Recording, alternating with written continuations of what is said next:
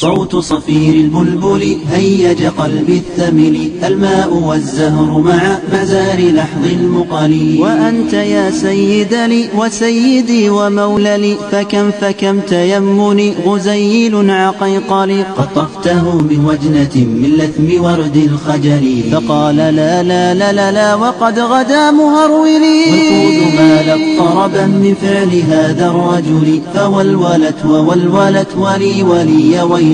فقلت لا تولولي وبين اللؤلؤ لي. قالت له حين كذا انهض وجد بالنقل. وفتية سقونني قهوة كالعسل لي، شممتها بآنفي أزكى من القرنفل. في وسط بستان حلي بالزهر والسرور لي، والعود دندن لي والطبل طبطب لي.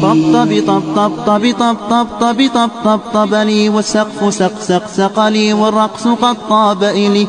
شوى وشاهش على ورقص فرجلي، وغرد القمر يصيح ملال في ملالي. ولو تراني راكبا على حمار أهزل، يمشي على ثلاثة كمشية العرنجل. والناس ترجم جملي في السوق بالقلقلل، والكل كع خلفي ومن حويللي. لكن مشيت هاربا من خشية العقنقل، إلى لقاء ملك معظم مبجل.